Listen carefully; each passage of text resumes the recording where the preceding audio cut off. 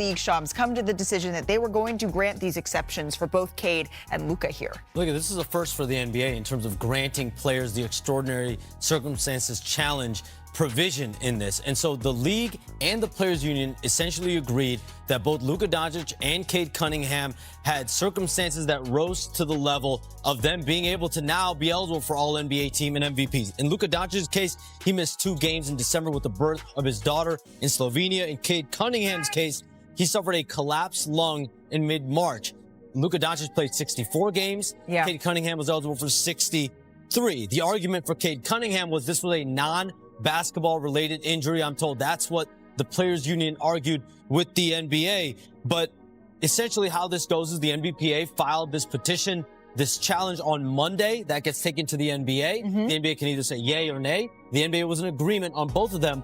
But where the issue lies is when there's not that yay, and that's when it gets taken to an arbitration and an independent hearing. And that's exactly what happened with Anthony Edwards. The petition was filed, that got advanced to a hearing, but in that hearing, he was actually denied. Anthony Edwards argued that he had a staph infection, I'm told, in December. And could that be a non-basketball related injury? Could it be? That's what the argument was, but his did not rise to the level of being granted this exception. And his business manager gave me a statement today. Justin Holland told me in part essentially that while they agree with, and feel happy that the NBPA really advocated for him, as we see right there, Justin Holland tells me, for me personally, I'm a bit confused at the clemency for Cade, who missed time for something that happened on the court, and not Ant, who missed time for an infection. But ultimately, you already know Ant isn't tripping over it at all. He's more concerned about trying to play as many games as he can. And then in the playoffs, obviously try to win the championship. You love when tripping is inserted into a statement there, Tim. It is a little bit interesting where the league and the Players Association and this independent arbitration end up drawing the line here. I wonder, does this become a slippery slope? It absolutely does. It is not the 65-game rule anymore. It's the 65-ish game rule. But look, this is fair for Luka. It is fair for Cade. The intent, these are not load management cases. The intent of the rule is to eliminate load management, or at least minimize load management. But I understand Ant's point of view. It's like, hold on. What about me? Like, Cade was hurt diving for a loose ball. It's a rare injury, but it happened on a basketball court. How is it not a basketball-related injury? So I think the league and the PA need to get together and really look at maybe some standard exceptions. And again, I suggest there's a certain minutes limit that if you hit that and you have a significant injury, then there can be an exception that's just kind of standard and doesn't have to be appealed. Let's get a player's perspective on this. I want to bring in Iman Shumpert into this conversation. Iman, hearing about who was granted this exception, who wasn't, and then also the fallout for the players who maybe would have made all-team and all-NBA team and now maybe on the fringe of that. What do you think of this? Yeah, well, that's what Tim was just relaying. Now it's an ish rule. It's not a rule anymore. It is now ish, and it sucks because I do understand how Luka was able to get in there still, and how Cade was able to get in there still. But now it does leave guys like an Anthony Edwards, and there's going to be a string of other guys that feel like this is a little bit unfair because their stuff was off the court, or their stuff should be respected the same way for a different situation. I know how I am about a rule. I am happy about it that Cade Cunningham and Luka got in there, but I do expect to see a lot more appeals with years to come. So they really do need to nip this in the bud. If it's a minutes thing, get the minutes thing done. If it's a thing that we have to, fine line it and say these are the exceptions, if you can make this, then we need to get it there. But there needs to be a clear-cut rule. Otherwise, we're going to be appealing this at the end of every year. And Shump's a player. Malika, I don't want to make this about the money. Luka Doncic, Cade Cunningham are not going to be impacted whether they make All-NBA or not in terms of their supermax and their max-level contracts that they have. But Anthony Edwards is eligible for a 4-year, $300 million supermax extension in 2027 offseason. But he needs to make an All-NBA team either this year or next season. This year, obviously, out of the equation. So he has to make that All-NBA team next year now in order to get that 4 years, $300 million. Right, not to mention the guys like maybe a Denny Avdia or a Jalen Duren, Cade's teammate, who's right in the conversation of should they make an All-NBA team. And now there are more players that are now in that pool. But I think we can all say this might be the last time that we see it. So The world is not going to give, we just showed you the prohibitive favorites that Boston are. The world is going to give the Lakers no chance to win this series. And by the world, I mean all of us, including me. But Tim, let's do it. If they're going to shock the world, if the Lakers are going to stun everybody and find a way to win this series, how is it going to happen? Well, LeBron James has to, have a time machine, basically. It's got to be the LeBron that we saw on some of those teams in Cleveland, that there wasn't a lot of talent around him. And he's putting up 35, 12, and 10, those type of games. Now, the NBA, they tried to help out. This schedule's got a few pockets of 2 or 3 days of rest in between games, but this has got to be, and then Deandre Ayton's got to show up. He's got to be the player that he thinks he is. He's got to be dominating. He's got to win the matchup with Alperen Şengün, and I got to tell you, that sounds like a pretty good recipe for the Lakers to be let down. And why are you laughing? He going off his tattoo, man. He's killing me. He's killing me every time. But LeBron, but let's not even think about who's going to have to be his running mate. I mean, who's going to have to do it? LeBron. I'm not even worried about LeBron. I'm going to say LeBron's going to show up and do especially whatever. Game 1. He's going to do as much as any 41-year-old in the history of the league has ever done in anything. But who's going to help him? I think all of them are going to help in different ways. But I think the thing that they need to focus on, and it's what we focused on as the Cavaliers when we were banged up and we still were going far, and people like Bron taking just anybody to the finals.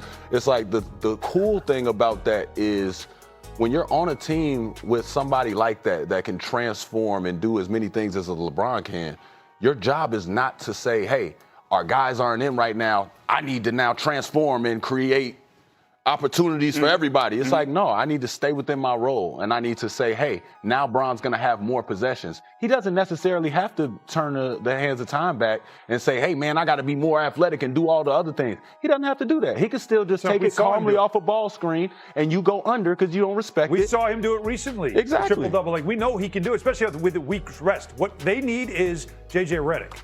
There we go. To me, that's the most important second person with the Lakers is J.J. Redick, because he's done a great job this year coaching. He's not getting enough credit. But also, he has to devise a 3-and-D plan for at least Game 1, knowing LeBron's going to have probably the most in his battery for Game 1. And have his guys. You've got Hachimura. You've got Vanderbilt. You've got Marcus Smart. You've got guys that can defend and hit threes. Yeah. And you have the centerpiece in LeBron. That's the way. Keep it close. We know Houston has struggled sometimes in crunch time, and see if you can steal at home a Game 1 to extend the series. If y'all could get it to the last couple of minutes. Big J.J. Redick Game 1. Get it to the last couple of minutes, it could be a game. But if you can't get it there with Houston, it is going to be over. And is there any chance whatsoever if they can extend the series, they get one of their guys back? Yeah. That, I guess, beat L.A. series, if I'm remembering that correctly. Yeah. This conjures up all kinds of memories. I mean, before we look ahead to, well, let's start with this. Iman, Paul George, last night, you were fired up to talk about what he did. Maxey was the lead dog last night for the Sixers to get out of the play-in, and now they'll get their shot at Boston, whatever chance we give them. But what did you think of Paul George last night? I thought, for Paul George especially, just the story. We talk about stories all the time. Paul George is one of those guys that was talked about as if he was on the back end, and now he was on the decline. And then he had the injuries coming, and then he was in a spot where he didn't have to be the leader anymore.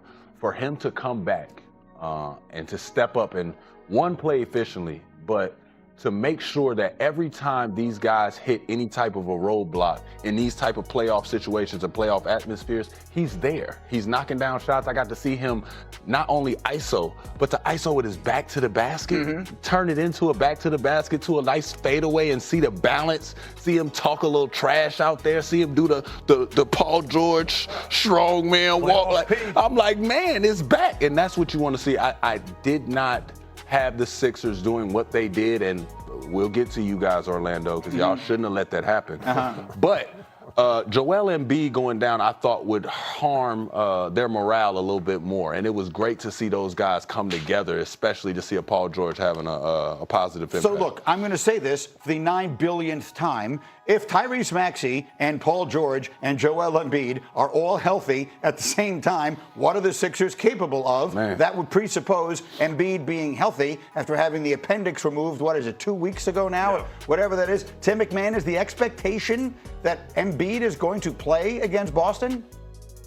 I wouldn't say that's the expectation. His teammates were elated to see Joel Embiid on the bench last night. The fact he was able to show up to the game and in street clothes and support his team. The Sixers have not put any kind of definitive timeline on his return. Look, if Tyrese Maxey and Paul George and VJ Ezcom and those guys can steal a game or two earlier in the series, obviously that increases the odds that Embiid can come back. But I think we've got to temper expectations of Joel Embiid coming off of an appendectomy with a cape on to rescue the Sixers against a Celtics team that is clearly the favorite in the Eastern Conference. And as we just showed you, a prohibitive favorite here. Now, for guys like you and me, we hear Sixers, Celtics, and we think of Moses Malone and Julius Erving and Larry Bird and Kevin McHale and those legendary series these teams have played over the years. This is not that. Do you give the Sixers, what's the word I'm looking, a puncher's chance? Anybody's chance? Well, it's funny can they make it a series? In those past, Mark Ivoroni and Larry Bird, puncher's chances. They punched a lot in those series back then. Yeah. So maybe that's what the Sixers have to bring. But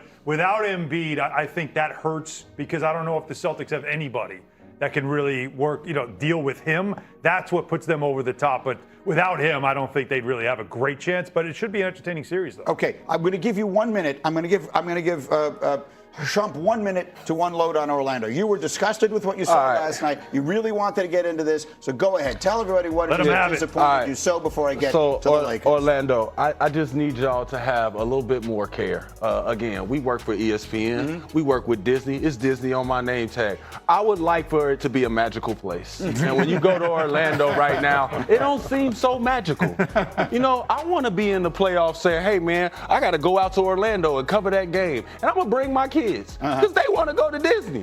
But it's not seeming so magical. And I just want to see the magic happen. I didn't see huddles under the basket. I didn't see anybody showing accountability. I didn't see anybody getting each other's chests and say, hey, man, don't let them go by you no more. It's not happening no more. They don't have their guy, and we're going to win this game. And there was none of that. It was just a free-for-all. Me and you were just talking about it in the back. We couldn't even get ball screen coverage commands out there. We hearing it from the coach. The only voice you heard defensively for the Magic was Jamal Mosley, the head coach. That's crazy. He was the one yelling out instructions. None of the players were doing it to and each go other. Look around the league. You look around the league, in these playoff situations, play-in situations, you are seeing the rest of the bench is screaming, slamming on the floor, yelling, jumping up and down, reactions to every scored point. Where is it? Where's the camaraderie? Charlotte's got to feel like they've got, right? Think about, with them, this is... Right now, Orlando, y'all are 5 fingers, and you got to be a fist to hit anybody in this league. Okay? Don't stop slapping people. I'm glad we got it in. They will play Charlotte for the right to play the 1 seed Detroit in the playoffs. I'm glad that you... The playoffs start Saturday, and nobody knows who is actually playing for the Los Angeles Lakers. JJ Redick set out indefinitely on Tuesday, and then refused to provide any update for the rest of the week. Luka Doncic is in Spain getting injections from a doctor whose treatment protocol is not approved by the FDA. Austin Reeves is shooting free throws in slide sandals at the training facility, which is either a rehabilitation milestone or the most accurate possible metaphor for the organizational situation heading into Game 1 against the Houston Rockets in 4 days. Brian Windhorst revealed today that rival Western Conference teams have been quietly preparing for Reeves to return within the first round, which means the official indefinitely position is specifically and deliberately disconnected from what the medical reality is actually communicating to everyone paying close enough attention. Anthony Davis is sitting in Washington not wanting to be there, has $58 million coming next year, and the conversation about bringing him back to Los Angeles is more realistic than it has ever been since the trade that sent him to Dallas for Doncic. The same trade that Davis predicted on Draymond Green's show before it happened by asking rhetorically what team was going to trade for him, and then answering his own question with the name Luka Doncic. Andrew Wiggins scored 27 points in the Heat's play-in elimination game on Tuesday, and then watched his $30.2 million player option suddenly become the most interesting decision in the entire Lakers offseason conversation. Kel'el Ware is 22 years old, and one analyst said he would give every available pick for him without hesitation. LeBron called the playoffs litty. Rich Paul confirmed LeBron considers the Lakers a critical part of his career. Deandre Ayton played the fewest minutes of his career this season and is one bad playoff series away from the kind of career spiral that turns former #1 overall picks into roster footnotes on rebuilding teams. 3 days. Game 1. Nobody knows anything for certain. Let us talk through all of it with the honesty it deserves. Hit that like button right now, because this is the most complete and most uncomfortable picture of what is actually happening around this franchise. And we are not softening a single detail. So let us begin talking firstly about the most sophisticated organizational deception currently being conducted in professional basketball. Because what JJ Redick said publicly on Tuesday and what Brian Windhorst revealed independently today on the Hoop Collective podcast represent two entirely different versions of reality.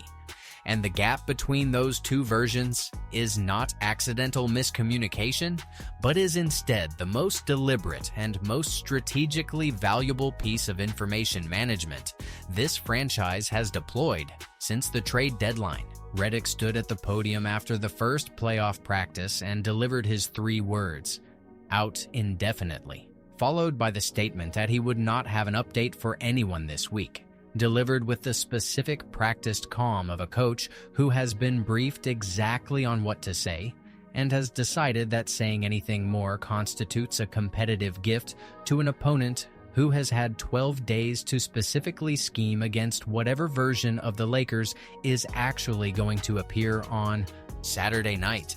The organizational position is indefinitely. The reporting reality that Windhorst delivered today, unprompted, which is the specific detail that makes it more credible rather than less, is that rival Western Conference teams preparing for potential second-round matchups have been actively preparing for Austin Reeves to play somewhere within the first-round series against Houston, because those organizations have medical staffs and competitive intelligence networks that produce more accurate assessments than the carefully managed public messaging that injured teams deploy to make their opponents prepare for a version of the matchup that may not actually materialize. Shams Charania placed the earliest realistic Reeves return at the first week of May, which is Game 5 territory based on the schedule released Tuesday, with Game 5 on April 29th and Game 6 on May 1st, and the specific calendar alignment between the 4 to 6 week oblique strain timeline and the later games of a 7-game series is not a coincidence, but is the mathematical reality that the organizational strategy of fighting through the regular season without either star has always been building toward. For Doncic, the Friday return to Los Angeles places the medical evaluation exactly 48 hours before Game 1, which creates either the most suspenseful possible injury management timeline or a deliberately engineered window of competitive uncertainty that prevents Houston from having any final confirmation about his availability before the opening tip. And Ime Udoka's preparation team is required to simultaneously build a game plan for a Lakers team operating without its 2 primary offensive creators and maintain readiness for a completely different defensive assignment if a 27-year-old who averaged 33.5 points per game suddenly reappears in a Crypto.com arena uniform at some point during the series. The 56.8 combined points per game that Doncic and Reeves averaged when healthy represented 48.8% of the team's total offensive production, which is the most clarifying statistic available for understanding exactly how dramatic the organizational challenge of this first round actually is. And that makes the conversations about Rui Hachimura's three-point percentage and Marcus Smart's leadership feel simultaneously important in context and inadequate as substitutes for the 2 players whose absence represents essentially half of everything this offense was designed to produce. Redick said, "Taking care of the basketball and boxing out is the series, which is both an accurate tactical identification of Houston's specific competitive advantages." The Rockets led the league in offensive rebounds at 15 per game, which is the single most exploitable weakness of a depleted Lakers roster, and a completely reasonable answer to give when the honest answer to every meaningful question anyone wants to ask is that the entire first round depends on whether Luka Doncic's hamstring responded to experimental Spanish injections the way everyone in the Lakers organization is quietly hoping it did when the Friday evaluation happens. I believe the gap between what the Lakers are saying publicly and what the available reporting is communicating about the actual injury timeline represents the most important information available for evaluating this series, and that anyone who builds their prediction of what happens between now and May 3rd exclusively on the official out indefinitely position is missing the specific competitive variable that makes this matchup considerably more uncertain than the -669 series odds against Houston suggest. The schedule released Tuesday is the document that actually determines whether this series becomes the comeback narrative everyone wants to write or the first-round elimination everyone expects, because the specific dates of Games 5, 6, and 7 align with the medical calendar in a way that the organizational strategy of fighting through the regular season without Doncic and Reeves has always been predicated on, and those dates are now confirmed and concrete rather than theoretical. Game 1, Saturday, April 18th. Game 2, Tuesday, April 21st. Games 3 and 4 travel to Houston on April 24th and April 26th. The away games, where the highest variance portion of this series resides, played in a building where Houston went 30-11 this season against Kevin Durant and Alperen Şengün with a full home crowd and a fully rested preparation staff that has had 2 weeks to specifically scheme against a depleted Lakers roster whose offensive tendencies without Doncic and Reeves have been publicly displayed in 5 regular season games. Game 5 is April 29th back in Los Angeles. Game 6 May 1st in Houston. Game 7, if necessary, May 3rd back at Crypto.com Arena, which is exactly 31 days after the injury occurred on April 2nd, and a grade 2 hamstring strain that received accelerated stem cell treatment in Spain against a standard recovery timeline of approximately 35 days places a potential Game 7 directly within the window where the medical calendar and the competitive calendar intersect in a way that is either extraordinary good fortune or the inevitable result of a franchise that has been working backward from the injury timeline since the moment the hamstring tore in the third quarter in Oklahoma City. The honest assessment of the schedule is that it is simultaneously the most optimistic available document about what this team can achieve and the most brutal reminder that none of the later dates carry any meaning whatsoever if the roster that takes the floor without Doncic and Reeves in games 1 through 4 cannot produce enough competitive basketball to make the series last long enough for the medical calendar to become relevant. Houston is legitimately good. Durant is legitimately great. The Rockets went 9-1 in their final 10 regular season games. They have the 5th best defense in the league. They have 15 offensive rebounds per game, which is exactly the thing Redick identified as the series, and which requires the specific physical presence in the paint that the Lakers will be depending on Deandre Ayton and Jackson Hayes to provide across 7 games. Against a team that has been specifically preparing for exactly this matchup.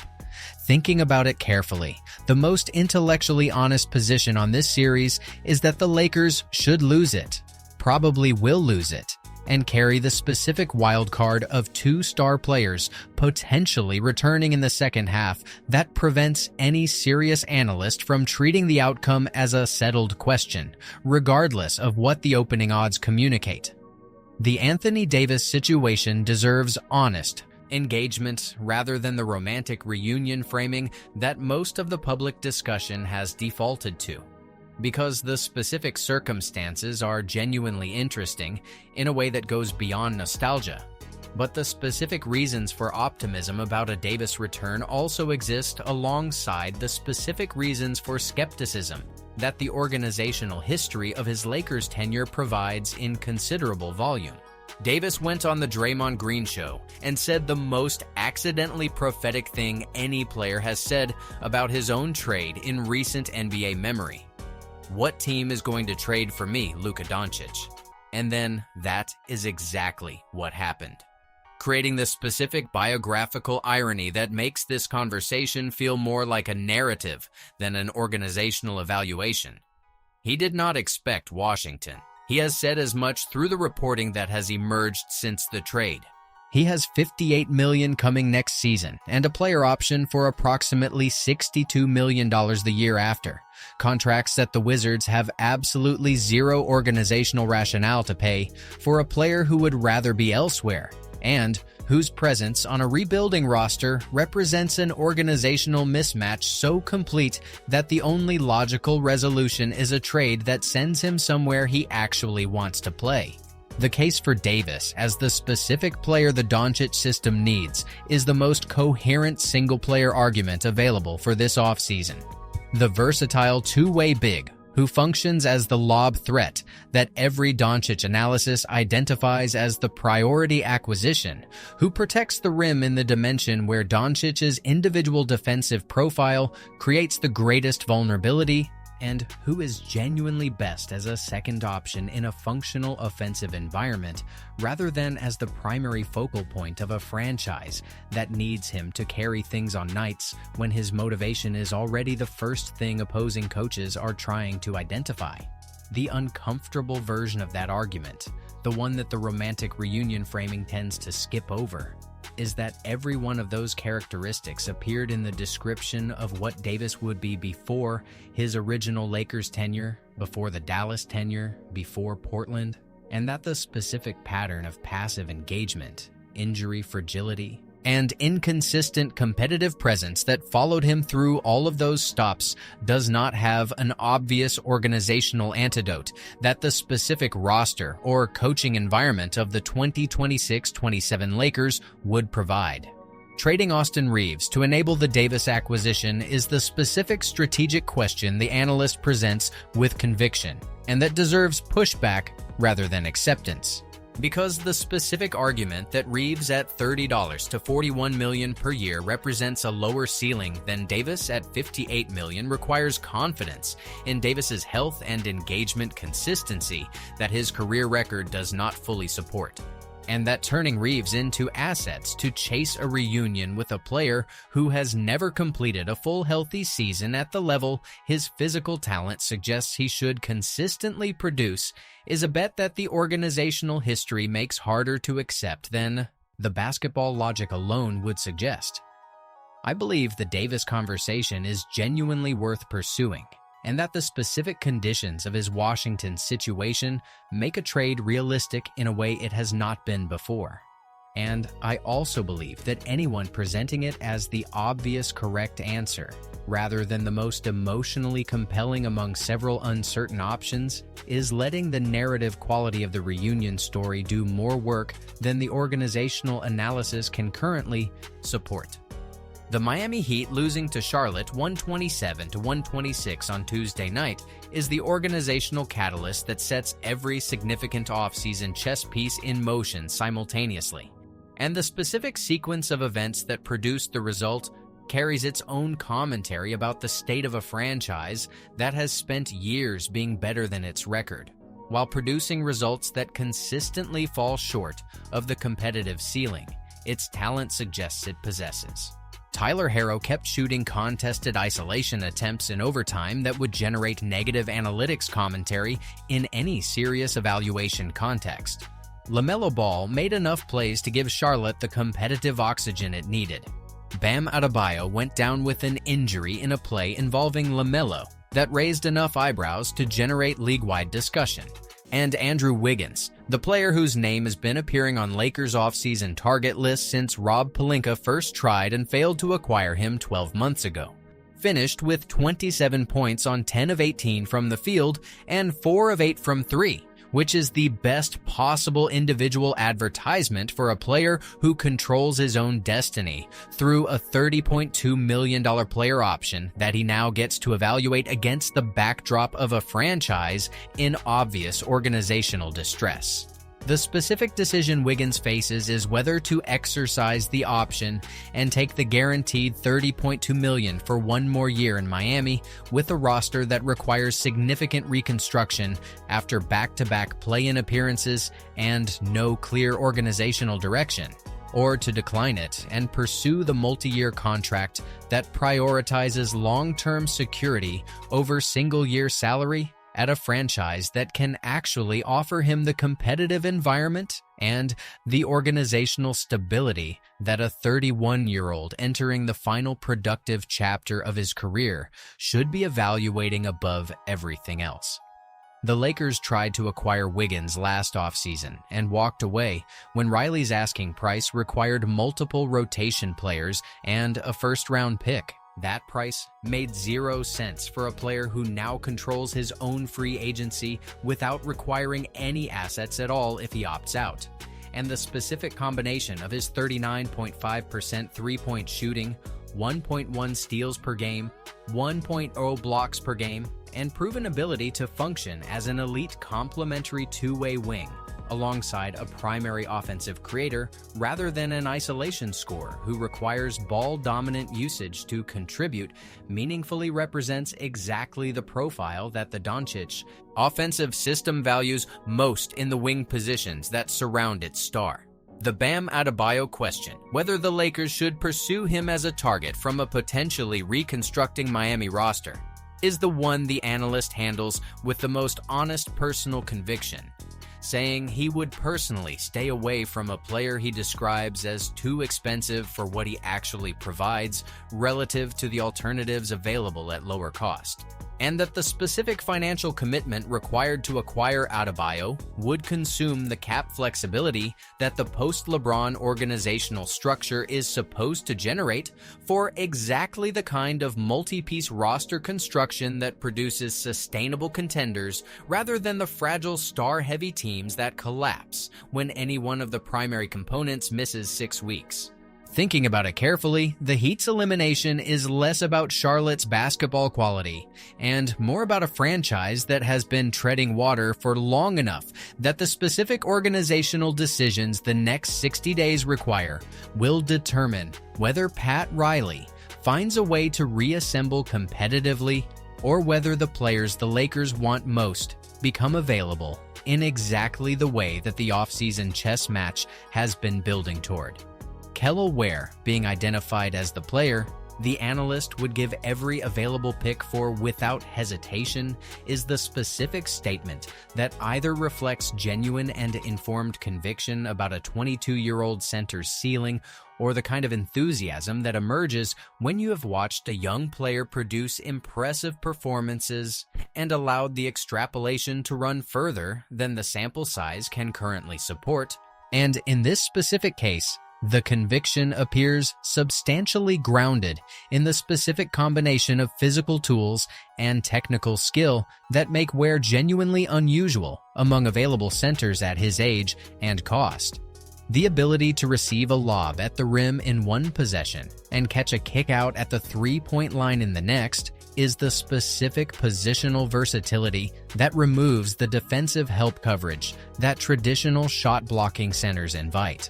Centers who cannot shoot the three force opposing defenses to help freely toward the basket when Doncic attacks, while centers who shoot the three efficiently hold their defender at the perimeter and create the spacing that makes every action Doncic initiates more dangerous than the same action in a more congested environment. His rim protection extends the defensive coverage that Doncic's on-ball defensive limitations create at the point of attack, producing the specific interior presence that every complete organizational identity requires to compete in the rounds where the opposing coaching staff has had multiple games to specifically prepare for every offensive tendency the primary creator displays. The Miami Heat's elimination creates the organizational uncertainty around their roster priorities that could make a Kel'el Ware conversation realistic this summer, in a way that his development contract and Miami's previous competitive trajectory had prevented from materializing.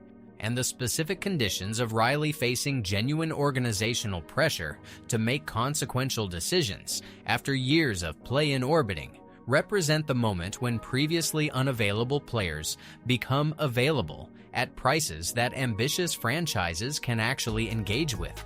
I believe the analyst's conviction about where is directionally correct, and that the specific version of this conversation that produces a realistic trade involves meaningful assets rather than the unconditional surrender of every organizational draft resource, and that the Miami offseason of 2026 represents the specific moment when the Lakers' willingness to pay a real price for a generationally promising center could define the franchise's competitive trajectory more consequentially than any wing acquisition or free agent signing currently on the organizational radar.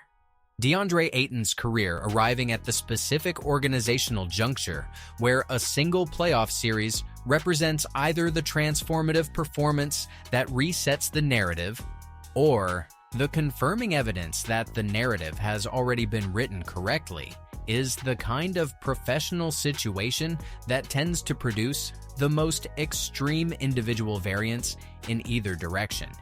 Because players who understand clearly what is at stake and who have the physical tools that Ayton genuinely possesses have historically responded with either their career best basketball or their most visible collapse. And the middle ground performance that his regular season implied is available to him does not really exist in the specific competitive and psychological pressure of a 7-game series, where every possession is evaluated and every inconsistency is immediately visible. He played the fewest minutes of his career this season. He took the fewest shots. Jackson Hayes was eroding his positional authority in the rotation with a consistency that the organizational silence around the situation communicated more clearly than any lineup announcement. Kendrick Perkins called him a diva and a cancer on national television, and the Lakers issued no strong public contradiction, which is the specific kind of institutional silence that tells you the internal evaluation aligns with the external characterization more closely than the organization was willing to publicly confirm while the regular season was still happening. And competitive diplomacy required maintaining the fiction that everyone was fully aligned. The $8.1 million player option communicates the specific market assessment of his current value as precisely as any contract number can. A player who received maximum contract money in Phoenix is now deciding whether to exercise an option worth less than a quarter of his previous annual salary on a team that is already discussing his replacements by name. I believe Ayton approaches these playoffs with the specific awareness that his professional future is being determined in real time across 7 games against the Houston Rockets, and that the version of him who understood his value clearly enough to anchor the 2021 Suns playoff run at 22 years old is the same version who is now 27, has been through enough organizational dysfunction to understand what a career trajectory looks like when it goes wrong, and has the specific physical gifts to produce the kind of interior dominance that this undermanned roster needs in exactly the games where the outcome is most competitive and most consequential. LeBron James comparing the 76ers to Harvey Dent while calling the playoffs litty, while Rich Paul confirms he considers the Lakers a critical part of his career, is the specific collection of public statements that only this particular athlete produces across multiple simultaneous channels with this particular combination of basketball intelligence, cultural fluency, and strategic information management. And the honest engagement with all 3 of them simultaneously requires acknowledging that they are doing different organizational and personal work even as they arrive in the same news cycle.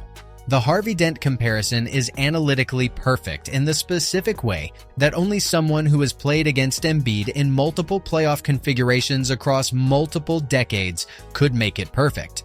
Two-face, never know which version shows up, applied to a franchise that has Joel Embiid, Tyrese Maxey, and Paul George simultaneously on its roster and has still managed to produce the specific recurring organizational disappointment that makes every new season feel like both genuine possibility and inevitable frustration. LeBron saying the playoffs are going to be litty and that he does not know how many more postseasons he has left in his career is the most emotionally honest public statement any athlete has made about this specific moment of their professional life in recent memory, because it communicates simultaneously the genuine excitement of a competitor who has not lost the ability to feel what the postseason means, and the honest acknowledgement that the number of times that feeling will be available to him is finite and decreasing with each passing April. Rich Paul's confirmation that LeBron considers the Lakers a critical part of his career is simultaneously genuinely encouraging for a fan base that fears this run is ending, and the most carefully calibrated piece of public positioning from an agent who manages information with the precision of someone who understands that every word his client's name appears next to affects organizational leverage in negotiations that have not yet formally begun. Stephen A. Smith arguing that LeBron deserves a farewell tour comparable to Jordan's is both correct as a statement of historical recognition and premature as a declaration about what is actually happening this season. Because the man who just averaged 28 points, 7.7 rebounds, and 12.7 assists in the final 3 regular season games at 41 years old has not yet demonstrated that the competitive capacity the farewell tour framing implies has already passed is actually gone, rather than temporarily constrained by a depleted roster and 2 injured co-stars. I believe LeBron James enters this first round against the Houston Rockets with more genuine competitive motivation than he has carried into any individual playoff series since the 2016 finals. Not because motivation has ever been the variable separating LeBron from extraordinary performance, but because the specific combination of circumstances surrounding this series, the age, the injuries, the stakes, the possibility of a final chapter playing out in real time, creates the precise environment in which athletes who have competed at this level for this long have historically found the performances that define what their entire careers ultimately meant.